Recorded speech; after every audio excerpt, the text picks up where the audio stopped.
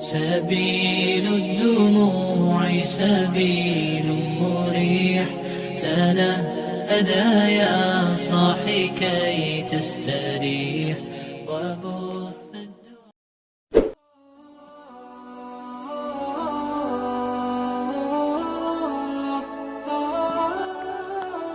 Assalamualaikum warahmatullahi wabarakatuh.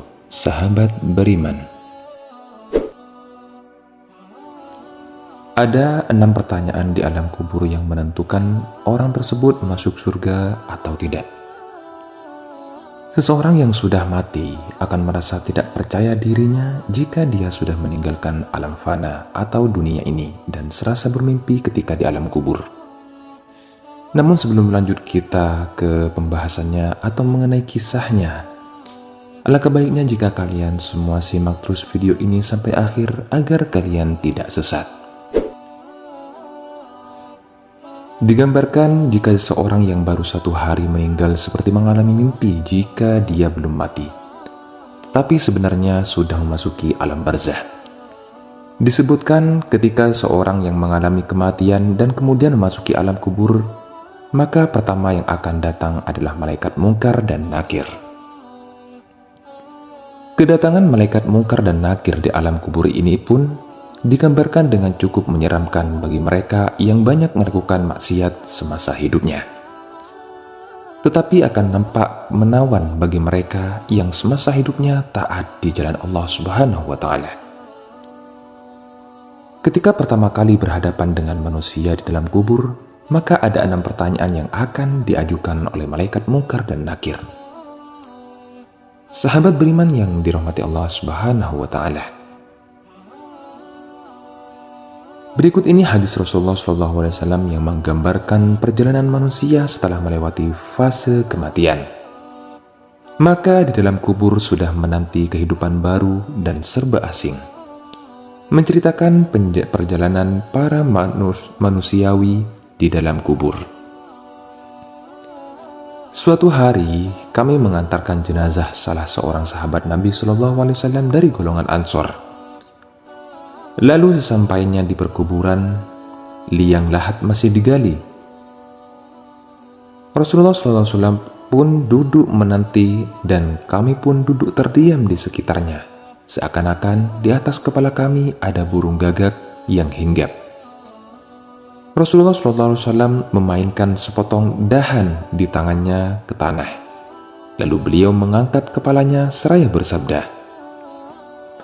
"Mohonlah perlindungan kepada Allah dari azab kubur." Beliau ulangi perintah ini 2 atau 3 kali. Kemudian beliau SAW bersabda, "Seandainya seseorang yang beriman sudah tidak lagi menginginkan dunia dan telah mengharapkan akhirat, maka turunlah dari langit para malaikat yang bermuka cerah secerah sinar matahari. Mereka membawakan kain kafan dan wewangian dari surga, lalu duduk di sekeliling mukmin tersebut sejauh mata memandang. Lalu setelah itu turunlah malaikat pencabut nyawa dan mengambil posisi di arah kepala mukmin tersebut. Malaikat pencabut nyawa itu berkata, 'Wahai nyawa yang mulia, keluarlah engkau untuk menjemput ampun Allah dan keridhoannya.' Maka nyawa itu dengan mudahnya keluar dari tubuh mukmin tersebut seperti lancarnya air yang mengalir dari mulut sebuah kendil. Lalu nyawa tersebut diambil oleh malaikat pencabut nyawa dan dalam sekejap mata diserahkan kepada para malaikat yang berwajah cerah tadi. Lalu dibungkus dengan kafan surga dan diberi wewangian darinya pula, hingga tercium bau harum seharum wewangian yang paling harum di muka bumi. Kemudian nyawa yang telah dikafani itu diangkat ke langit. Setiap melewati sekelompok malaikat di langit, mereka bertanya, 'Nyawa siapakah yang amat mulia itu?' 'Ini adalah nyawa Fulan bin Fulan,' jawab para malaikat yang mengawalinya dengan menyebutkan namanya yang terbaik ketika di dunia. Lalu sesampainya di langit, mereka meminta izin untuk memasukinya. Lalu diizinkan. Maka seluruh malaikat yang ada di langit itu ikut mengantarkannya menuju langit berikutnya, hingga mereka sampai di langit ke-7. Maka di sanalah Allah berfirman, "Tulislah nama hambaku ini di dalam kitab Illiyin, lalu kembalikanlah ia ke jasadnya di bumi. Karena dirinya lah aku ciptakan mereka, para manusia, dan kepadanya lah aku akan kembalikan, serta darinya lah mereka akan kubangkitkan." Lalu nyawa tersebut dikembalikan ke jasadnya di dunia. Lantas datanglah 2 orang malaikat yang memerintahkannya untuk duduk. Mereka berdua bertanya, "Siapakah Robmu?" "Robku adalah Allah," jawabnya mereka berdua kembali bertanya. "Apakah agamamu?" "Agamaku Islam." Mereka berdua bertanya lagi. Maksudnya malaikat tersebut, "Siapa orang yang diutus untuk kalian?" "Beliau adalah Rasulullah SAW," katanya. "Dari mana engkau tahu?" tanya para malaikat. "Aku membaca Al-Quran lalu aku mengimaninya dan mempercayainya." Tiba-tiba terdengarlah suara dari langit yang menyeru, "Jawaban hambaku benar, maka hamparkanlah surga baginya. Pintu ke arahnya, berilah dia pakaian darinya, lalu bukakanlah pintu ke arahnya. Maka menghembuslah angin segar dan harumnya surga. Memasuki kuburnya, lalu kuburnya diluaskan sepanjang mata memandang." Sahabat beriman, saat itu datanglah seorang pemuda asing yang sangat tampan memakai pakaian yang sangat indah dan berbau harum sekali. Seraya berkata, "Bergembiralah, inilah hari yang telah dijanjikan dulu bagimu." Mukmin tadi bertanya, "Siapakah engkau?" "Wajahmu menandakan kebaikan. Aku adalah amal solehmu," jawabnya. Berarti si pemuda itu merupakan amal soleh seorang mukmin tersebut. Lalu si mukmin tadi pun berkata, "Wahai Robku, segerakanlah datangnya hari kiamat, karena aku ingin bertemu dengan keluarga dan hartaku."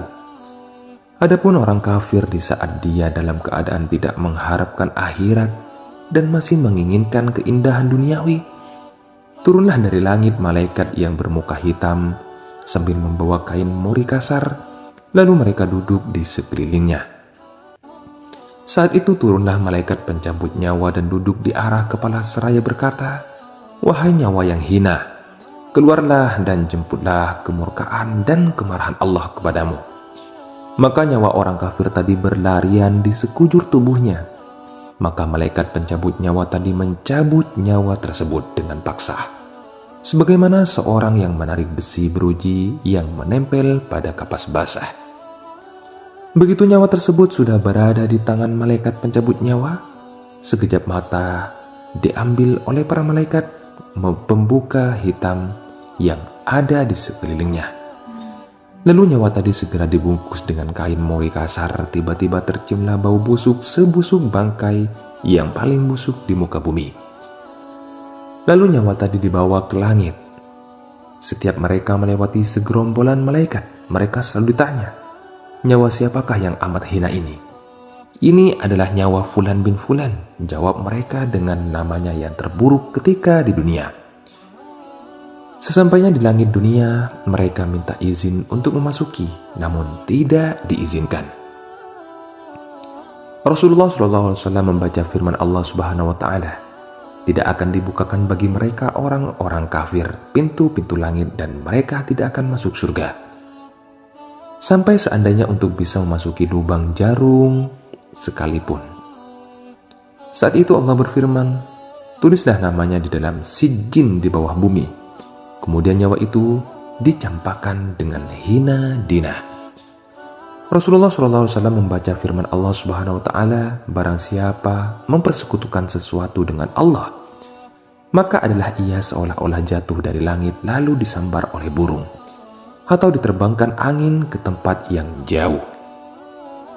Kemudian nyawa tadi dikembalikan ke jasadnya hingga datanglah 2 orang malaikat yang mendudukannya seraya bertanya, "Siapakah Robmu?" "Aku tidak tahu." Mereka berdua kembali bertanya lagi, "Apakah agamamu?" "Aku tidak tahu," sahutnya mereka. Mereka berdua bertanya lagi, siapakah orang yang telah diutus untuk kalian? Aku juga tidak tahu, jawabnya mereka. Dia. Saat itu terdengar suara dari langit, hambaku telah berdusta.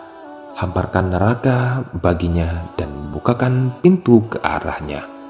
Na'udzubillahi min dzalik. Sahabat beriman, orang kafir itu seraya bertanya, siapa engkau? Wajahmu menandakan kesialan. Aku adalah dosa-dosamu, jawabnya. Wahai Robku, janganlah engkau datangkan hari kiamat, seru orang kafir tadi. Hadis riwayat Ahmad dalam Al-Musnad dan disahihkan oleh Al-Hakim dalam Al-Mustadrak dan Al-Albani dalam kitab Ahkamul Janis halaman 156. Sahabat beriman, itulah gambaran bagaimana kondisi seorang yang sudah berada di dalam kubur. Semua akan ditentukan lewat amal dan perbuatannya semasa hidup di dunia ini. Wallahu a'lam bishawab.